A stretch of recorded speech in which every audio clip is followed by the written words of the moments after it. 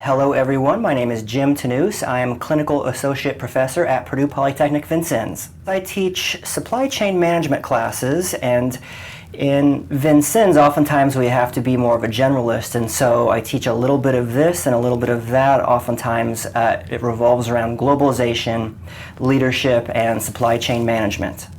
Now, what is supply chain management? Supply chain management is the movement of components, the movement of raw materials to create a product. So it tracks the, I guess you could say, commerce from raw materials all the way to end user. And supply chain management is becoming increasingly important in today's society because of all the trade that occurs and because globalization is making our society much smaller. And oftentimes we don't produce everything in America like we used to several generations ago.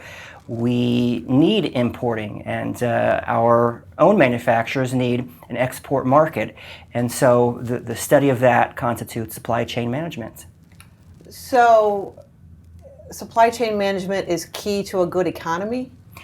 It really is, Bridget, and that's because without one little part of a car, the car won't work. And so oftentimes we can buy some of those parts cheaply, and oftentimes they have more quality from other countries. We simply can't do everything ourselves like our post-World War II society, whereas someone could work in a factory after high school and support a family and have a pension on that factory job and be fine the rest of their lives and not have to get a second job.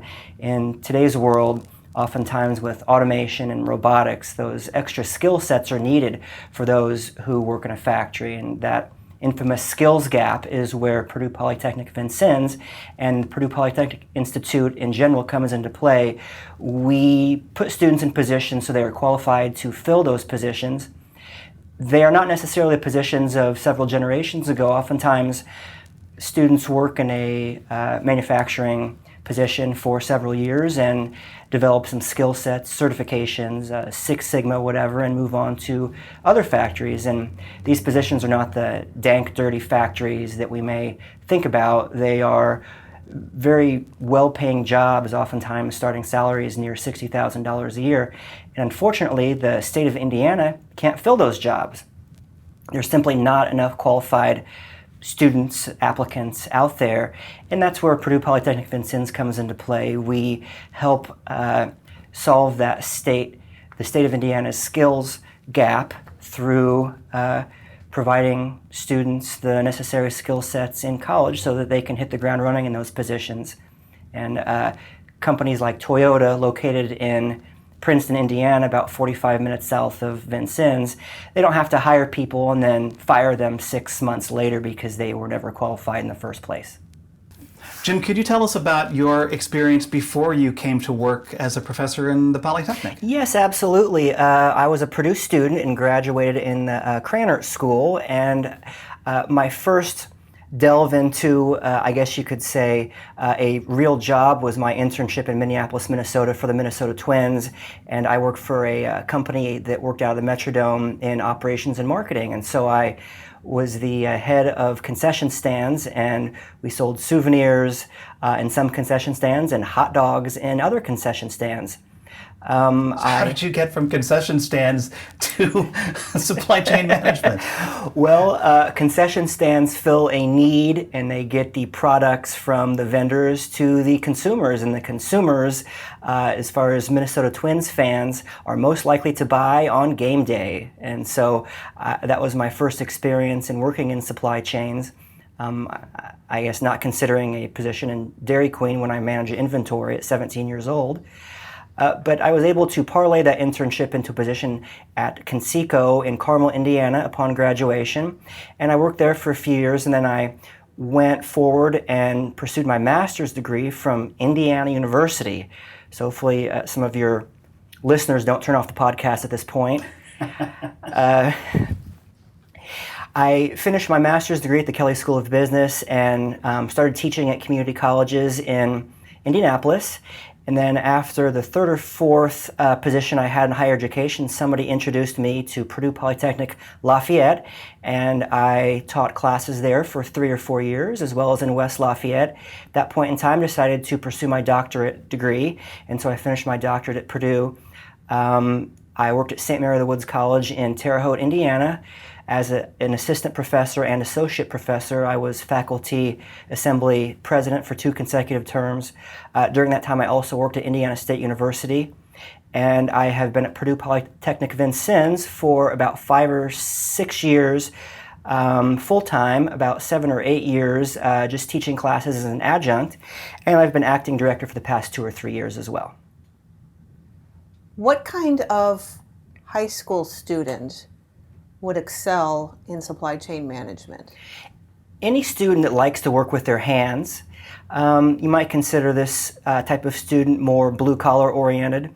Somebody who is able to put something together and has those skill sets, but maybe hasn't polished those skill sets at 17, 18, 19 years old.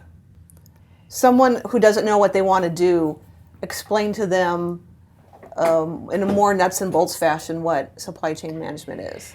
My department, SOET, School of Engineering Technology, put together a report that reported on top industries for Purdue hires from 2018. The top 2 industries were manufacturing and machinery, and then second was the automobile industry. And so obviously in Indiana, particularly Southwest Indiana, there are lots and lots of jobs available in the supply chain world for the automobile industry. That's Honda and Toyota who are located down there. In today's world, those companies procure their parts and components for these vehicles from nearby. So usually companies in the Midwest supply those parts. And so the supply chain is alive and well in Indiana, particularly in that area of the state, constituting those Japanese multinational automobile companies. You mentioned Toyota and other auto manufacturers that are in Southwest Indiana. Of course, these are global companies. They are. How important is it, do you think, for today's students at Purdue Polytechnic Vincennes to have that global awareness, that global experience when they graduate? Well, that is a nice segue to the study abroad. It's absolutely necessary, just the awareness more than anything else. One student on my study abroad in 2017 had never been on an airplane before. One student on this past year's trip had never been out of the state of Indiana before. And so this experience allows them to truly flourish and take advantage of the value of the Purdue degree, whereas oftentimes in some of the statewide locations, they have different things that are keeping them local. Oftentimes it's a position in employment, potentially a family, and they wouldn't have access to the Purdue degree otherwise. And this is good in some areas. They have skill sets and they have some different capabilities they bring to the table, but oftentimes one area that's lacking is the globalization. They have maybe been more secluded, or they haven't been out and about like some of the other students, particularly the international students here on the campus of West Lafayette. How long have you been doing the globalization trip? I guess I wanted to look at the history of it. Yes. Whose Perfect. idea was it? I enjoy traveling abroad, and in my previous position, I presented at various academic conferences around the world, and there became several cities in Europe that I became very accustomed to. Through these conferences, I figured out the lay of the land, public transportation, some of the places where tourists go, and some of the places even where tourists don't go sometimes that can be more interesting than any of the other places that you see on websites. And I figured out these places to where as I felt confident enough in them to put a trip together. It's entitled Purdue Polytechnic's Central European Multinational Automobile Organization Supply Chain Experience. And I tried to carve out a word before the trip was actually unveiled, and each word has an important meaning, so it's just going to have to be a mouthful. It lasts 2 weeks, and we visit 4 European cities: Munich, Germany; Prague, Czech Republic; Hamburg, Germany; and Rotterdam, Netherlands, spending 3 days in each city. The last destination, Rotterdam, Netherlands, we call it Rotterdam while we're in Europe, But I actually first went to the Netherlands as a 20-year-old with a roommate of mine when I was at Purdue. And I enjoyed Dutch culture so much that I went back every few years, just for the enjoyment of it and not necessarily for academic purposes.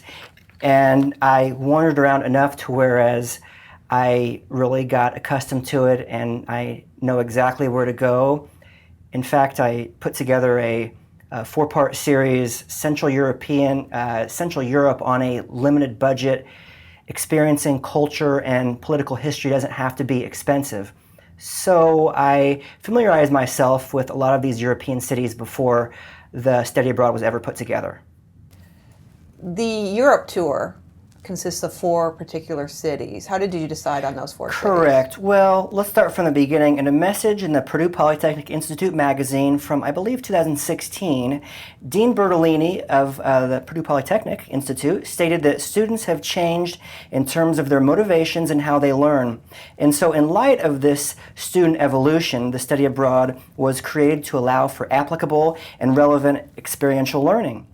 And so for the fact that the automobile industry is so relevant to the economy of Indiana, I included 2 automobile factories in that tour. And for the fact that supply chain management and being in the crossroads of America, we are right at the forefront of the American supply chain, I picked the 2 largest ports in Europe as the last 2 stops on the trip. Port of Rotterdam is the largest port in Europe. A supply chain mecca. I believe 1 out of every 3 products goes through the port. And then the port of Hamburg, it was the 2nd largest port when the trip started or when it was created. It's now the 3rd largest. So you went with 2 ports and you went with 2 automotive cities. What were the 2 automotive cities? Munich, Germany is home to BMW, and that stands for Bavarian Motor Works. Bavaria is the southern part of Germany, and so that's the first automobile factory. The second is Skoda, which is a Volkswagen subsidiary. They don't sell through the Skoda name in America. They sell via Volkswagen, but they are a key player in the Chinese automobile market as well as the Central European and Eastern European automobile market. And so we tour both of those factories before we tour any of the ports. Because the supply chain is constantly moving and mobile, and European culture, people are always on the move, we take that to heart, and the trip involves moving, literally, ourselves from city to city to city to city. Otherwise, a trip that was just static in one city wouldn't truly represent, in my mind, how the supply chain works. So I'm curious to hear about how you advertised the trip to your students, how many students went, what their expectations were before they went. Maybe we'll get into their experiences, how they felt after they got back. Absolutely. So Polytechnic statewide students have attended each trip. The first 2 trips also included West Lafayette students. And so it's worth 3 credits. And students can include those credits in most cases as an elective or substitutes for several courses that I teach, face-to-face and distance, a global logistics course, as well as a global leadership course. And so I sort of do a tour of the various statewide locations in the fall semester to provide students information about the trip, and I have a PowerPoint I show them, costs, and the commitment, what constitutes the 3 credit hours, and students can sign up for it.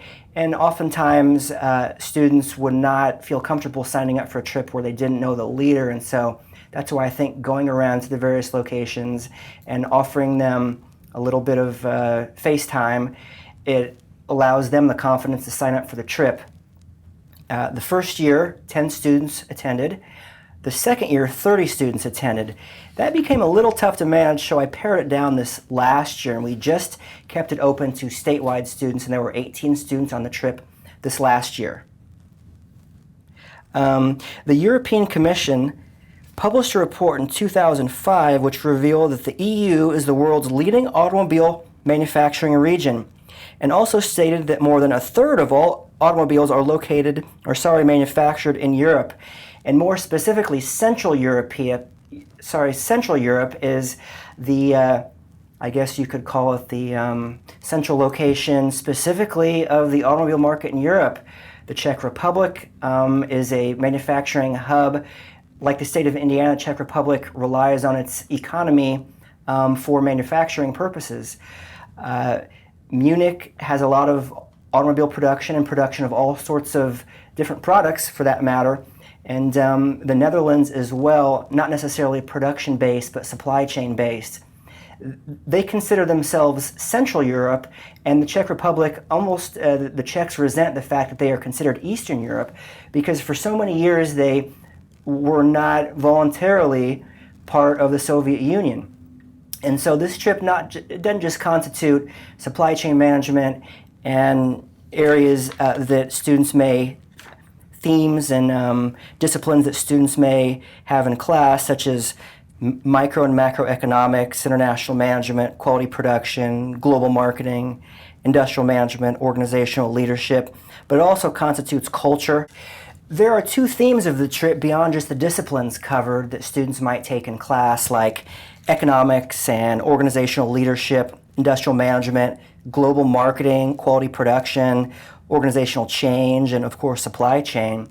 But there are two themes of the trip: cultural immersions and the history of capitalism and trade.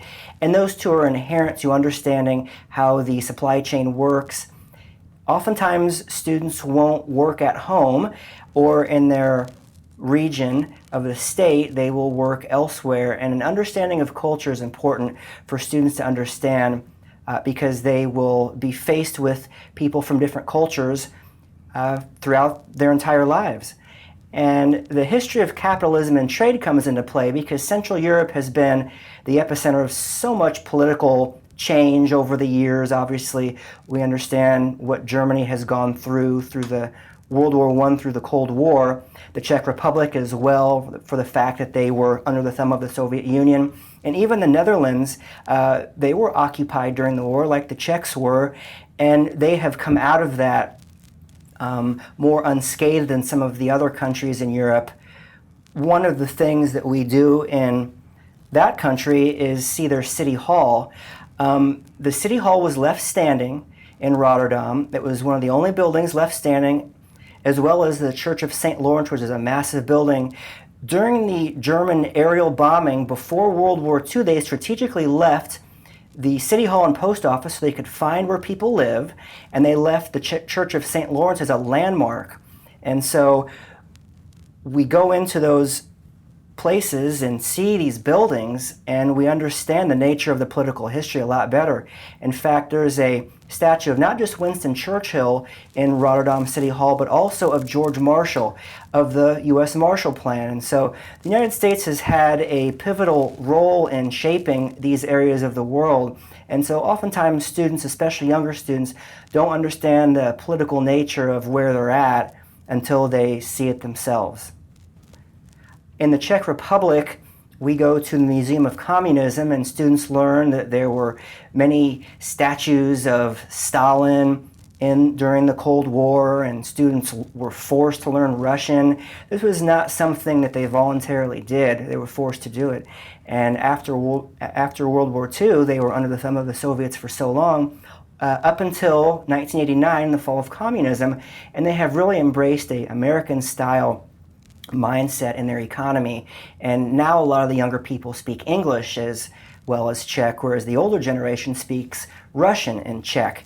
And so oftentimes students don't really understand the really complicated nature of the political structure, particularly in Central Europe, that was so tumultuous for so long, as well as the United States' role in helping them move forward and helping to provide an impetus for the freedoms that they enjoy today.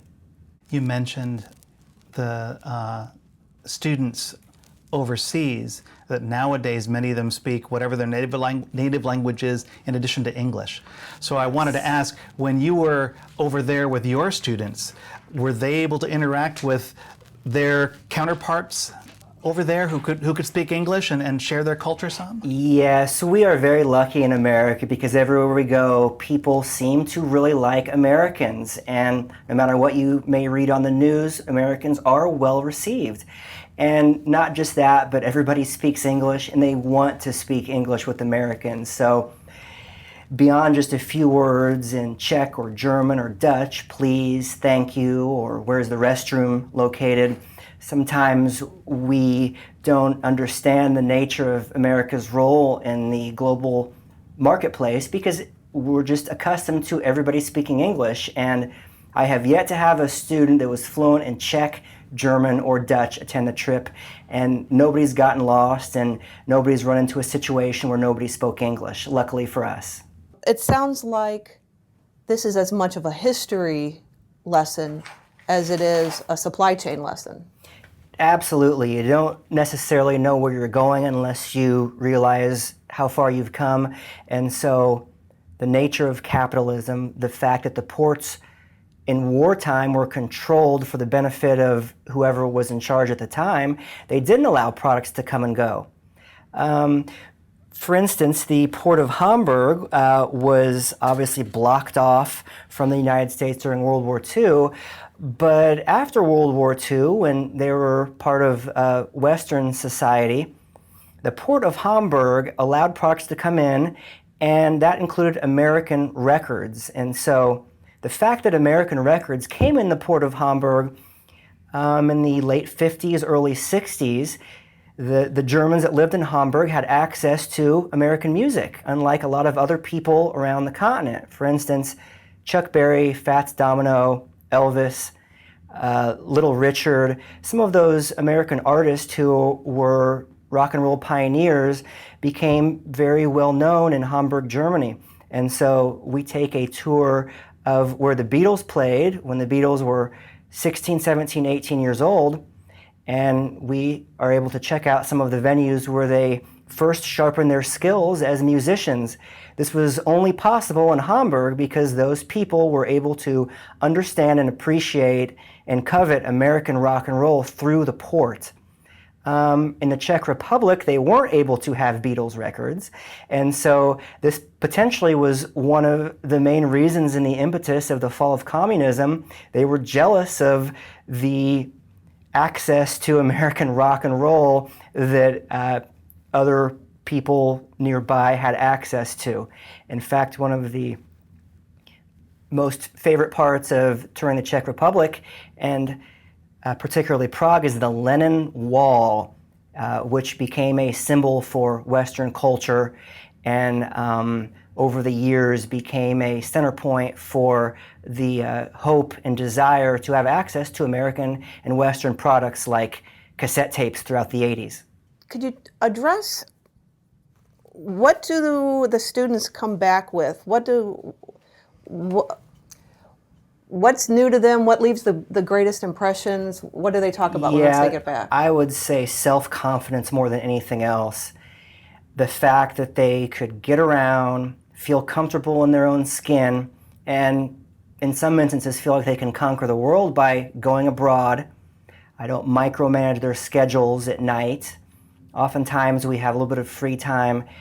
The willingness, and I actually even advocate for students to go explore as much as possible. This capability, oftentimes they don't know that they have it in them. For instance, one student on the 2018 trip had never really worked outside of Vincennes before. His name was David Bernard, and he landed a really good internship with GM in Northeast Ohio. He went on the trip, he came back, and he packed up, and 2 days later he started his internship. By the end of his internship, he parlayed that into a secure job offer, and he finished his last year at Purdue Polytechnic Vincennes, graduated in May of 2019, and now he works there full-time. He credits this study abroad for allowing him the exposure, the resume capabilities, and more than anything else, just the confidence to go and do that. And now he is applying to graduate school at Penn State University. They're paying for his graduate school, and he works in the international automobile industry and is doing quite well. Certainly, I'm not going to say that he would not have been able to do this without the trip, but I think the trip helped nudge him in that direction. What surprises have you or your student participants experienced on these trips? We tend to think that everybody is like an American. Sometimes we're isolated because we have such a massive market. That's not generally the case. For instance, we have a game when we're on the German Autobahn. It's find the bumper sticker or pothole. Those are very Hoosier American phenomenons right there. You don't see too many potholes on the German Autobahn, if any, and you simply don't see bumper stickers on cars. Car washing has become a common pastime in Europe, and some students understand the nature of the multinational automobile market, but just looking and seeing the types of cars that are driven around tends to be fun. And there's not too many American cars or pickup trucks. That's always a surprise. Students can expect that service is going to be a lot slower. That's not inherent to our American way of life. There's no drive-throughs. Bottled water is served in a glass container. And so some of the disposableness of American society is often a surprise. The attire is not necessarily what we are accustomed to. You don't see labels and font on shirts like we would here at the Purdue West Lafayette campus where everybody is wearing Purdue attire. That's not necessarily part of their culture. There's a lot more conservative attire, which is some of the things that are very surprising to Americans. The biggest surprise is the public transportation aspect of their culture, and we have public transportation passes in each of the 4 cities we go, and that's how we get around, as well as trains. And oftentimes students from America or that live in Indiana have never been on a bus and aren't used to public transportation, but that's how Europeans get around, and so that's how we get around while in Europe. 6 months or a year or 2 years after your students return from one of these trips and you talk with them and you're reminiscing about the trip, what do they tell you was their favorite part? What do they tell you about how the trip changed their life? Some of the most memorable aspects of the trip are the unplanned moments. And so, for instance, one year, some students were out after we had our last excursion of the day, and they found some Norwegian students that they befriended, and they went out and sang karaoke all night. And so these sorts of excursions that are unplanned tend to honestly be the best memories that students have.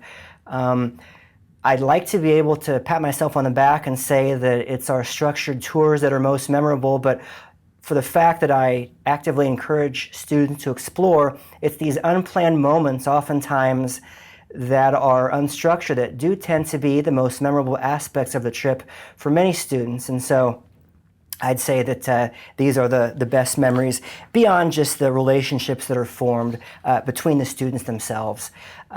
Most students keep up on social media with each other, and that commonality of Americans being in a new place brings together students for long-lasting friendships that oftentimes they don't anticipate before boarding the plane to take on the trip. You told us about how you had had a chance to explore Europe when you were 20 years old. Now that you're a professor at Purdue Polytechnic, what does it mean to you to be able to introduce students today, today's young Americans, to what becomes life-changing experiences like these?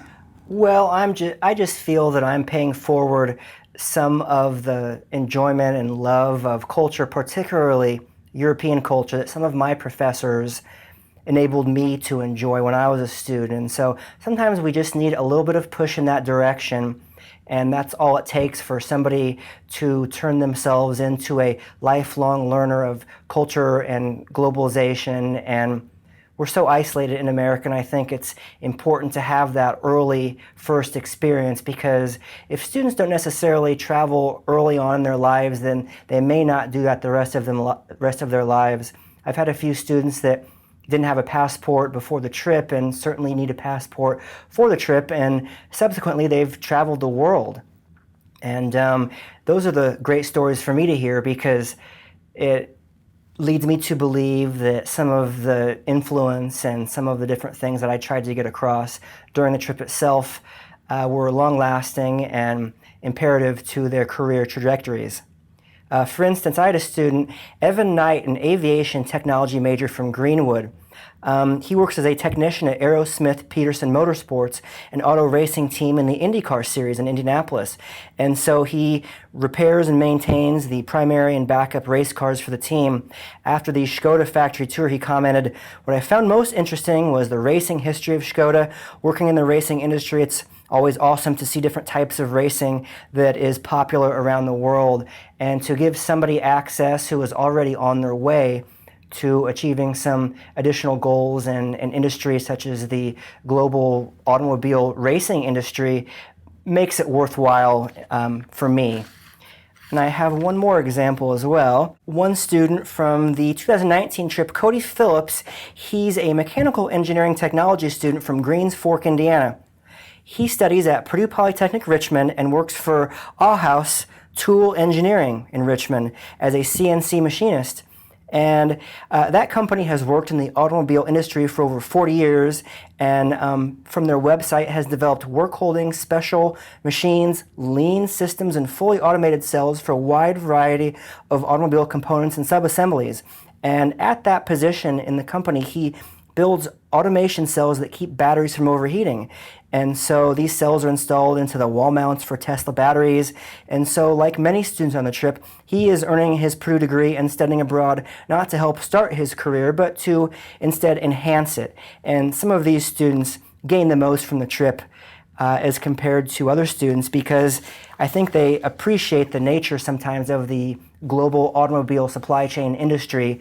And those are the students that potentially sometimes come away with the most memorable experiences. Jim, you were kind enough to share several dozen photos from the most recent study abroad trip to the 4 different locations.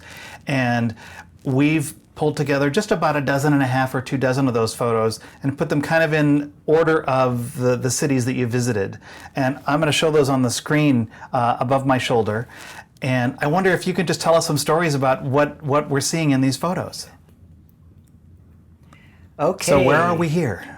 This is Olympic Village. This was home of the 1972 Olympic Games, which there was what a lot of people consider the beginning of the terrorism aspect of modern society.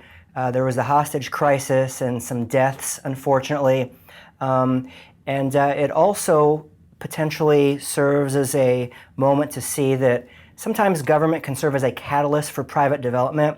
The state of Bavaria in Germany put a lot of money into Olympic Village, and now it's self-sufficient. And this is right outside of the BMW Factory tour, in which they also have a museum.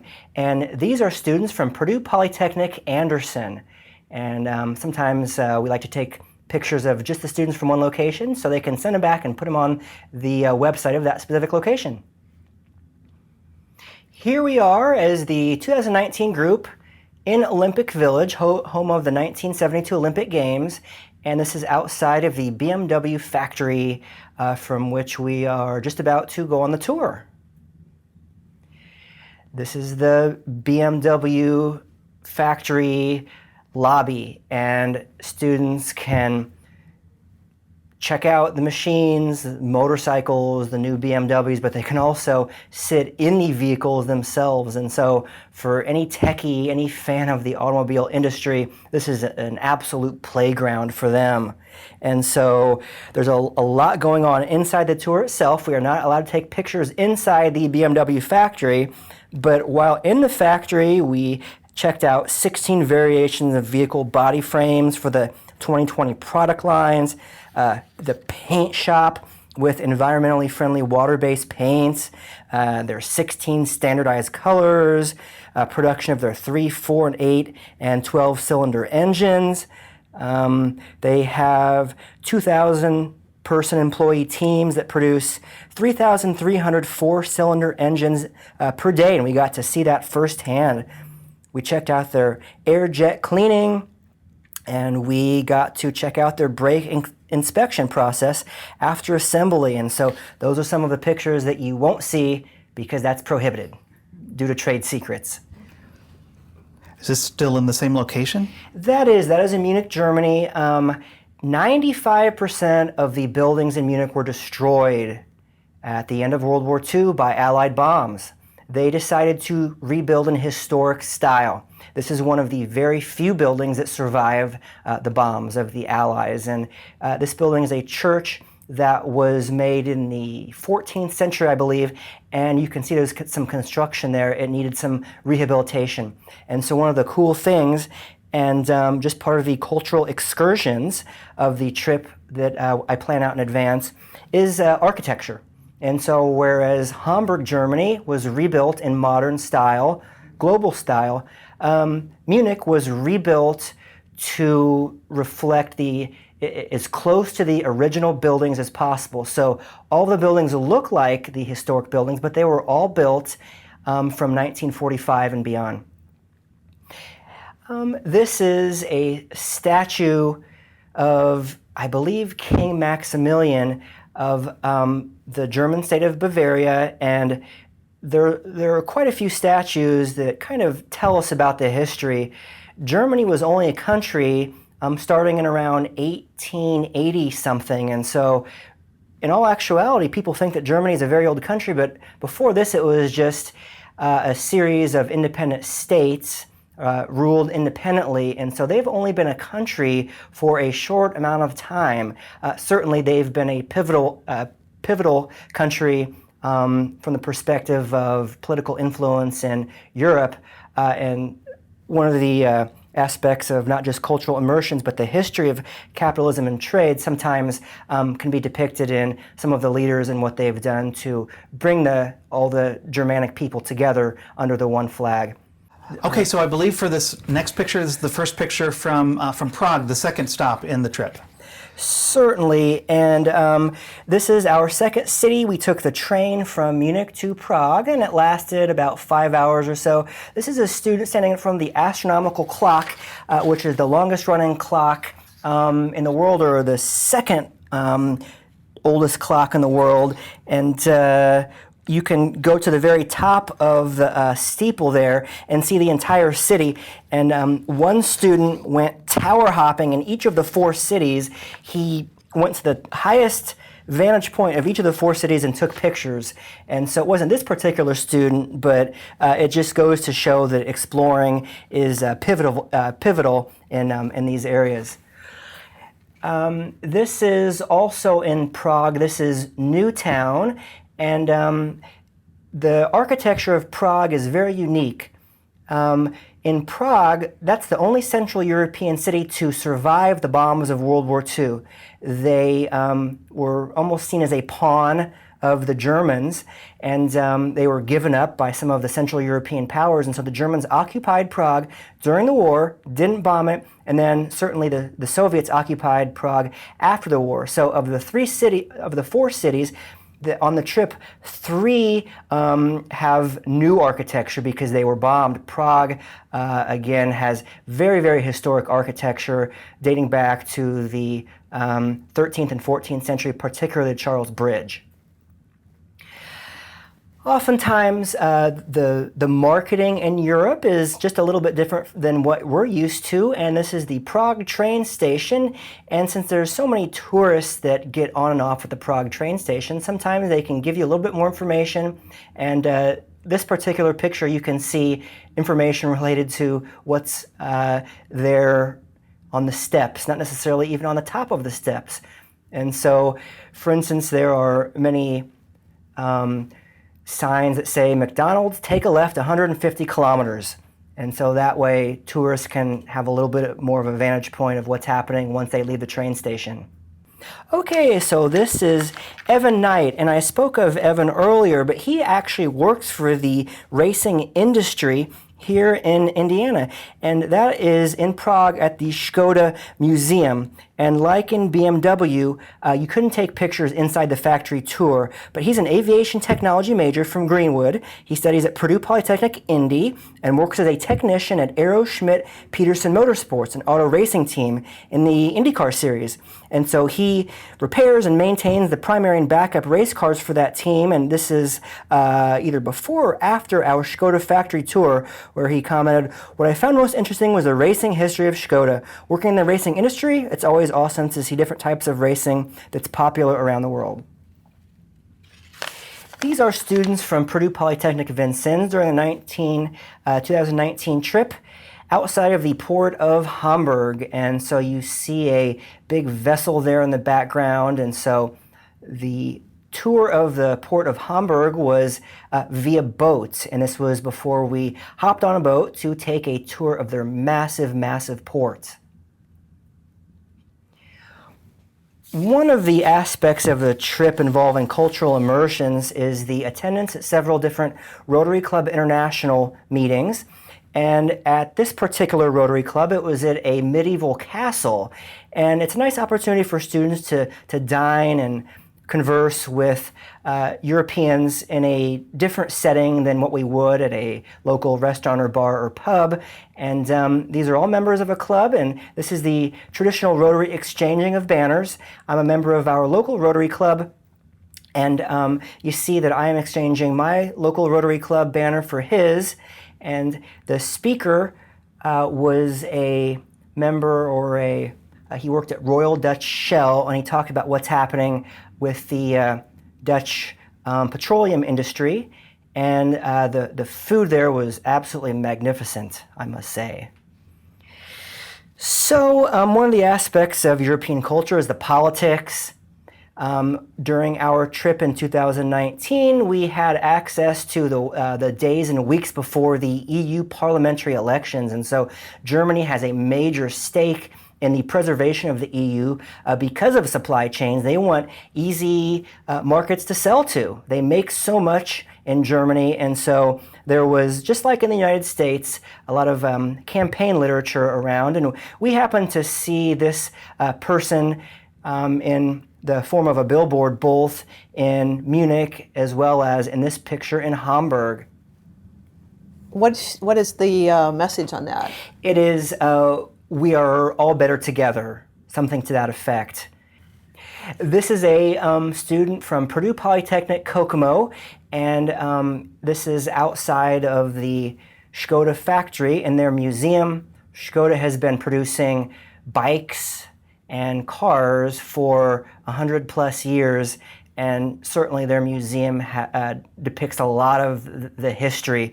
The Germans had control over the Skoda factory during World War II, and they made war machines and tanks and all sorts of different things. And so obviously political history of capitalism and trade is alive and well if you look at some of the history of Skoda in Prague. This is a meeting of Rotary International in Hamburg, Germany, and the speaker is the blonde there with her back towards us, and she's in the fashion industry and talked about the nature of the German fashion industry and how certainly it's important for them to be able to get their products out to all of Europe without regulations and burdensome tariffs and taxes. And so it was another handy-dandy lesson about the nature of the EU marketplace. And as you can see, we are all spread around just like usual, and sometimes these meetings of Rotary International become some of the most memorable moments because you can, when you're sitting with people for a certain amount of time, you really get to know them. And furthermore, students learn about European dining. European dining is much different than in the United States. There's a social hour of a good half hour before where people are up and walking around and oftentimes drinking. There's the appetizer portion, there's the main course portion, there's a presentation, and then there's coffee afterwards. And so their dining is much different than ours, and it works at a slower pace.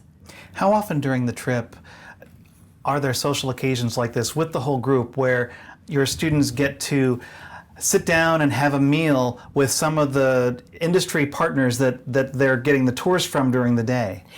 Yes, dining becomes a favorite aspect of the trip. We eat dinner at a local restaurant every other night, and that allows oftentimes for a little bit of freedom to explore when we're not eating, but we have a sit-down meal, and oftentimes the restaurant reflects some aspect of local culture.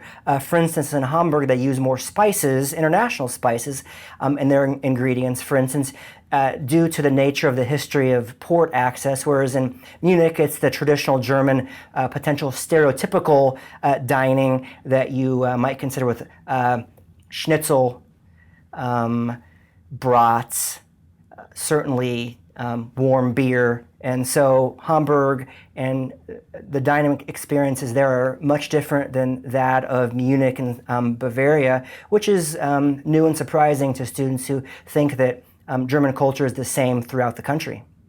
That's in the Tesla showroom in Hamburg, Germany, in one of the exclusive shopping areas, and there were a lot of high-end items in this part of the city tour right there.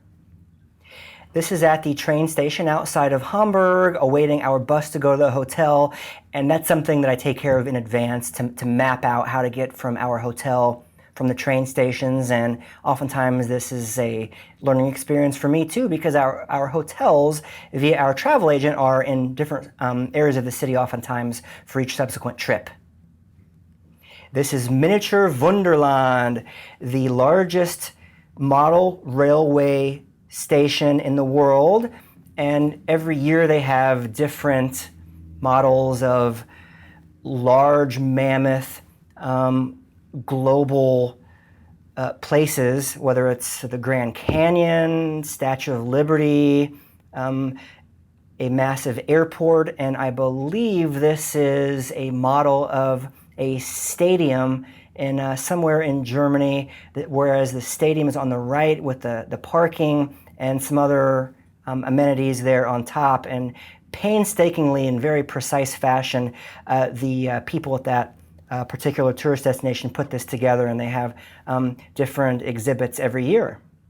I would have loved to have seen that, particularly when I was 10 years old. I loved any accurate models and hyper-realistic, small format creations of reality. I would love to have seen that. Okay, this is a typical scene on European public transportation. This is in Hamburg. You can see in the background there, the screens are very technologically enhanced, and this is part of the tuition. Students have access to public transportation, and it's encouraged that they go explore various parts of the city, and it's of no cost to them because they have these public transportation access badges for the duration of the trip. These are the Windmills of Kinderdijk in a small city outside of Rotterdam, Netherlands.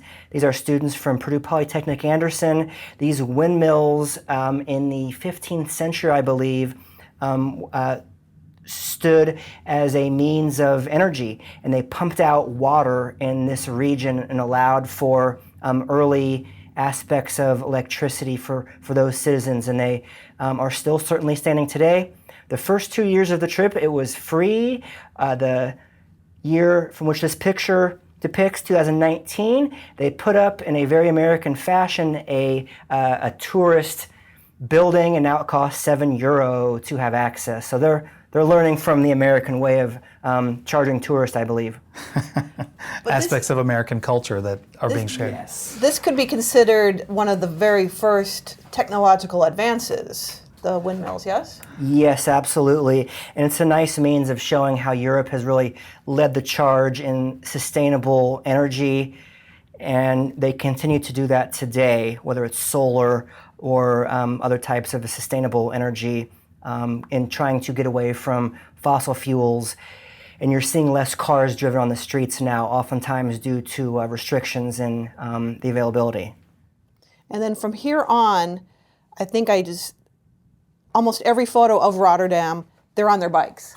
The Dutch have the highest per capita biking as a mode of transportation in all of the world, even ahead of China. And so the Dutch have a zest for getting around via not just public transportation, but bikes. So in that same spirit, we took our tour of the largest port in Europe, Port of Rotterdam, via bike. And this is a beloved tour guide of mine who I have known for many years, even years before the trip itself. And so that's one of the fun things for me about the trip is I can continue to utilize some of my very trusted tour guides that I've networked with and gotten to know over many years.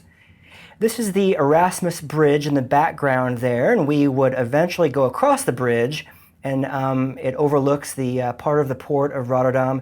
And as you can see there are some students that are taking the port tour via bike, and I'm the caboose. Here are some cranes that are loading up some cargo in the port of Rotterdam, and you can see a ship in the background. This is a massive, massive port, and we got to see the port in action, and they embrace sustainability and innovation, and there's so much automation now. To work at the port, you need a bachelor's degree in most capacities. College students in Rotterdam get free access to public transportation, no matter what that is, whether it's subway like we utilize or boats. And so lots of cities that are on a port or on a waterway need boat transportation. And so in this spirit, we went from place to place on the port via boat, and you can see there are bicycle racks on the boat, and there's Rotterdam in the background. This was a massive tunnel. The name escapes me, but this is a elevator that goes under the tunnel, or to the tunnel. The tunnel goes under a lot of the city, and you have to have your bike in a perpendicular fashion there, or the bike were just to escape your hands and potentially injure somebody. On the right there, you see what the tunnel has been used for in those black and white photos. So you can get a nice feel for the history of that tunnel as well that goes under the city of Rotterdam. These are the infamous cubed houses in Rotterdam. Rotterdam was bombed in the prelude to World War II, and the Germans said, if you did not surrender to the Dutch government, then we will bomb Amsterdam in the next couple days. They flattened Rotterdam completely. And so after World War II, the citizens decided to rebuild in very modern, funky styles. And so the architecture in Rotterdam is much different than that in any of the other cities, particularly Prague. And as you can see here, this is an example of that.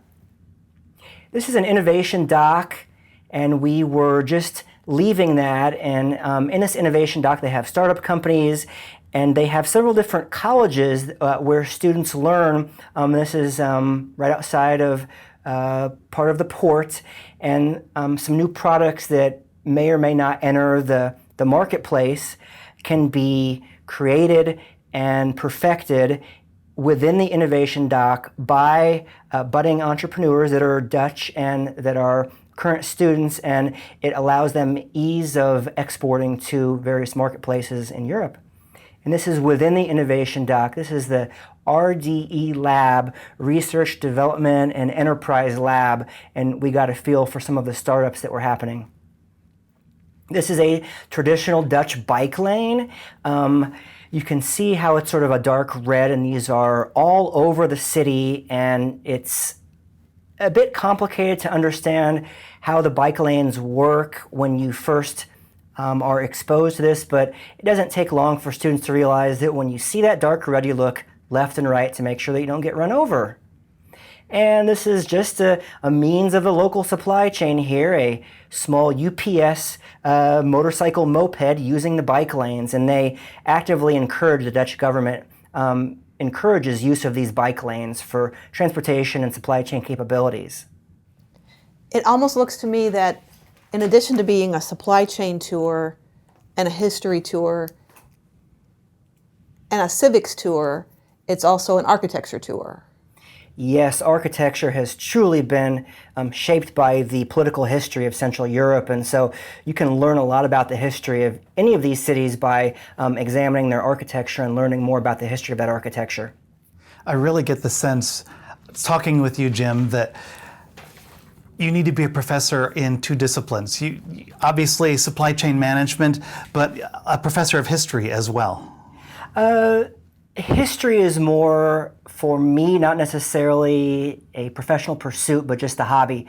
And so anybody that enjoys history, is a history buff, particularly political history, enjoys learning about wars and how wars have been won and lost, really truly understands and enjoys some of the nuances of this trip, because in Central Europe every country is so different than the one next to it, and it's shaped by history, and to have an understanding of history just enhances it.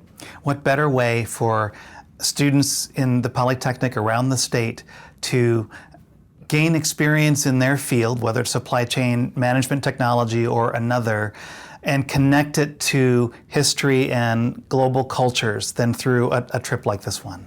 You got it. In Central Europe, any historian or anybody who enjoys history can attest after they've taken this trip that Central Europe is a vast array of different experiences in political history. And so the title of the trip itself, Purdue Polytechnic's Central European Multinational Automobile Organization Supply Chain Experience, can tell you that Central Europe, which is comprised of Czech Republic, Germany, and the Netherlands, they're not too far apart in distance, but they have a storied and fractured and much different political history than their neighbors. And so that's one of the fun things about the trip, is to experience such differences in political history in such a small geographic range. So Jim, as we wrap up our conversation, what would you tell a high school student who is considering coming to study in one of the majors in Purdue Polytechnic at any of our locations statewide? Why should they choose a major in the Polytechnic? Oftentimes, with a 3% statewide unemployment rate, students can absolutely, as high school graduates, find a good job right after high school. The problem lies in 2 or 3 years after they've entered the workforce and they've found that potentially there are some roadblocks to their career development, because a bachelor's degree or associate's degree is needed in many of the industries that they want to pursue. And so having that degree, particularly from such a outstanding brand as Purdue, will allow them to have that career mobility that they wouldn't have otherwise. And I think the Purdue placement rate at Purdue Polytechnic Vincennes, as well as some of the other locations around the state, that kind of says it all. These students can hit the ground running, but not only are they achieving some good positions right after their degree, but if you were to ask them 2 or 3 or 4 years down the road if their degree was worth it, and that's when truly the Purdue degree comes into play. It's those several years after they've really established themselves and proven themselves in those positions. The Purdue degree will certainly be parlayed into bigger and better things throughout their career lifetimes.